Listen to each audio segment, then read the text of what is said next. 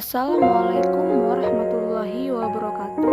Perkenalkan, nama saya Lastri Edewati, NIM 2014130040, kelas A, semester 1, Prodi Manajemen Zakat dan Wakaf, mata kuliah pengantar Tata Hukum Indonesia, dosen pembimbing Bapak Jeffrey Taranta. Baiklah, di video kali ini saya akan menjelaskan sedikit tentang sistem peradilan di Indonesia untuk memenuhi tugas UAS.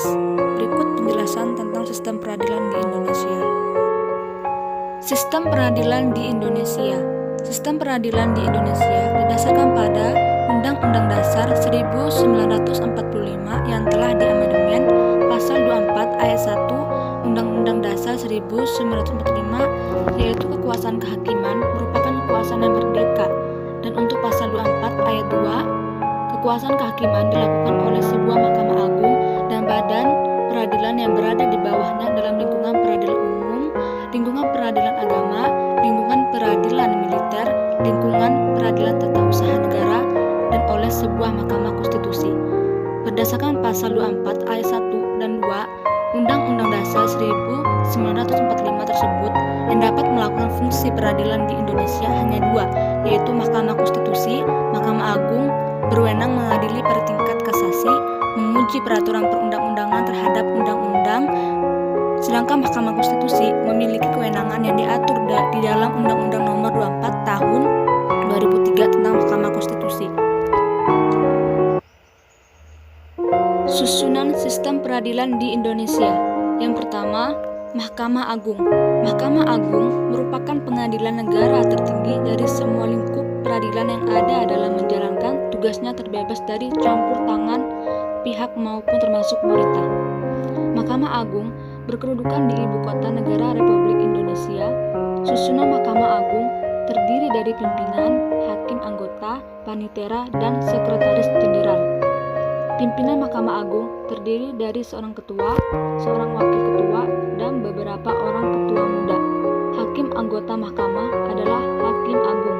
Hakim Agung diangkat oleh Presiden selaku Kepala Negara. Mahkamah Agung memiliki tugas dan fungsi-fungsi dalam melaksanakan sebagaimana perannya sebagai pengadilan negara tertinggi. Yang kedua, Mahkamah Konstitusi.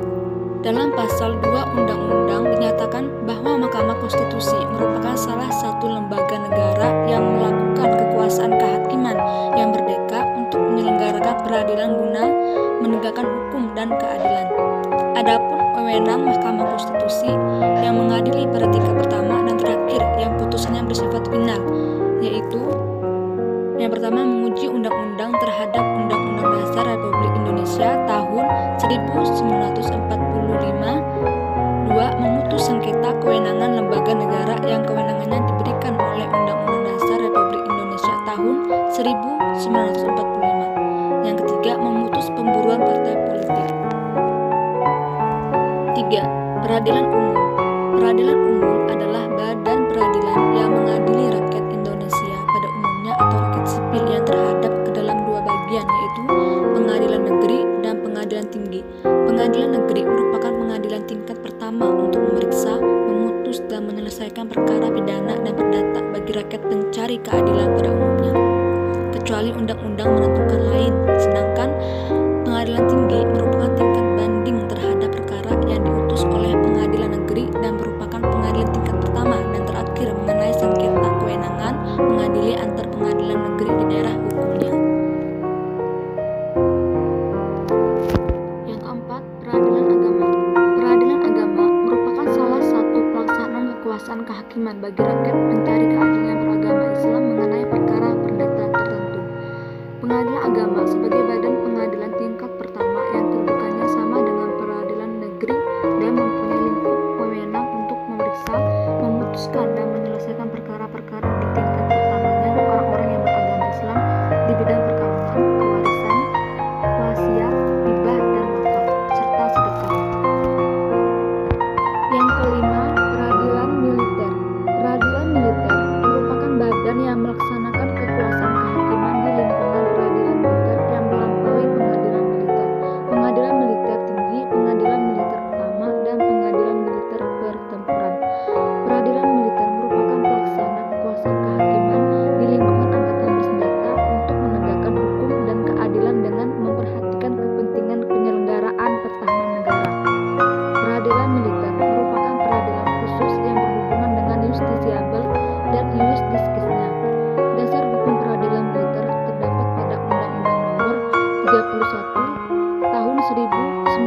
1997 tentang peradilan militer. Peradilan Tata Usaha Negara. Peradilan Tata Usaha Negara merupakan pelaksanaan kekuasaan kehakiman bagi rakyat pencari keadilan terhadap sengketa tata usaha negara. Sengketa tata usaha negara adalah sengketa yang timbul dalam bidang tata usaha negara antara orang atau badan hukum perdata dengan badan atau penjabat tata usaha negara, baik di pusat maupun di daerah, sebagai akibat dikeluarkannya keputusan tata usaha negara, termasuk sengketa kepegawaian berdasarkan peraturan perundang-undangan yang berlaku. Peradilan tata usaha negara meliputi pengadilan tata usaha dan pengadilan tinggi tata usaha negara. Indonesia sebagai negara hukum terkenal dengan kasus korupsi pengadilan. Hal-hal yang dapat menunjang kegiatan korupsi pengadilan. Yang pertama, peradilan yang berjenjang, pembuktian yang lemah dan tidak meyakinkan, tidak ada persamaan di depan hukum, perilaku aparat.